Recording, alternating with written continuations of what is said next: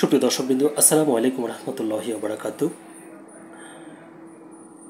ঢাকা দক্ষিণ সিটি কর্পোরেশনের মেয়র পদে ইশরাককে শপথ পড়ানোকে কেন্দ্র করে উপদেষ্টা আসিফ মাহমুদ সজীব ভূঁইয়ার সাথে এক ধরনের দ্বন্দ্বে লিপ্ত আছেন দুজনেই।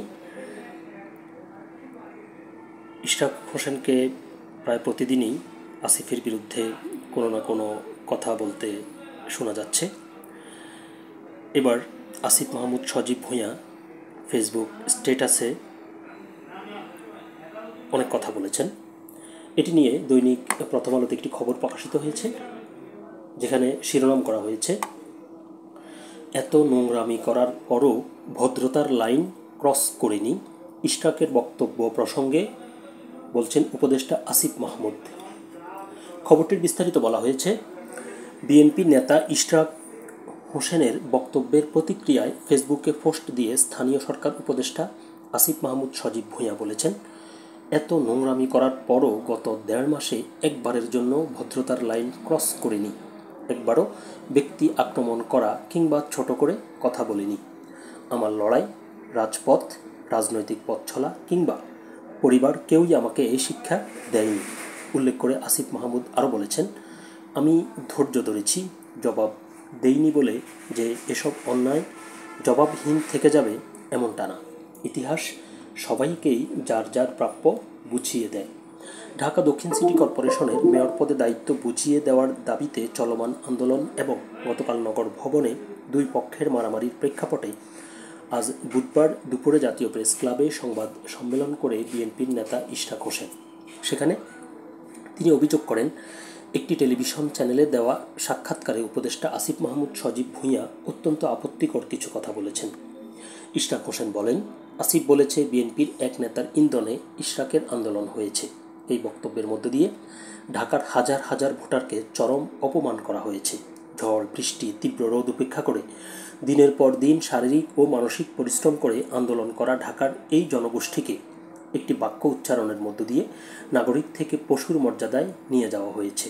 এটার জন্য তাকে অবশ্যই নাগরিকদের কাছে ক্ষমা চাইতে হবে। ইশরাক হোসেন এই বক্তব্য দেওয়ার কয়েক ঘন্টা পরে ফেসবুকে পোস্ট দিয়ে নিজের অবস্থান তুলে ধরেন স্থানীয় সরকার উপদেষ্টা আসিফ মাহমুদ সজীব ভূঁইয়া। তিনি বলেন, অকারণে আমার ছবিতে জুতা মারার জন্য কেউ ক্ষমা চেয়েছে? গুজবকে কেন্দ্র করে আমার পিতাকে চাল চোর বলে স্লোগান দেওয়ার জন্য কি কেউ ক্ষমা চেয়েছে? শুরুতেই সরকার পক্ষ থেকে সমাধানের চেষ্টা যারা দম্ভ ভরে প্রত্যাখ্যান করে ভোগান্তির জন্য দায়ী, তারা ক্ষমা চেয়েছে? প্রশ্ন তুলে আসিফ মাহমুদ আরও লিখেছেন, নগর ভবন বন্ধ করে 1 কোটির বেশি নগরবাসীকে কষ্ট দেওয়ার জন্য কি কেউ ক্ষমা চেয়েছে? নগর ভবন দখলকে কেন্দ্র করে নেতা কর্মীদের সংঘর্ষ এবং আহত হওয়ার ঘটনায় কেউ ক্ষমা চেয়েছে?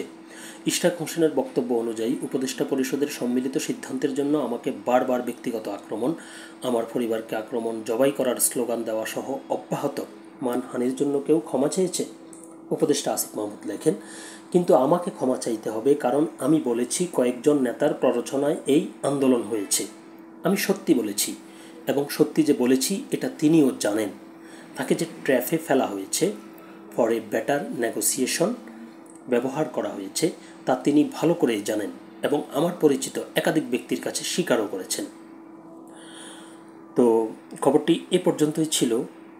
তবে আমরা যেটি চাই সেটি হচ্ছে যে তাদের মধ্যে যে দ্বন্দ্ব, এটি যেন খুব শীঘ্রই এটির অবসান হয় এবং নাগরিক সেবা যেন কোনোভাবেই বিঘ্নিত না হয়, এই বিষয়টির প্রতি লক্ষ্য রেখে পদক্ষেপ গ্রহণ করার জন্য ধন্যবাদ সবাইকে।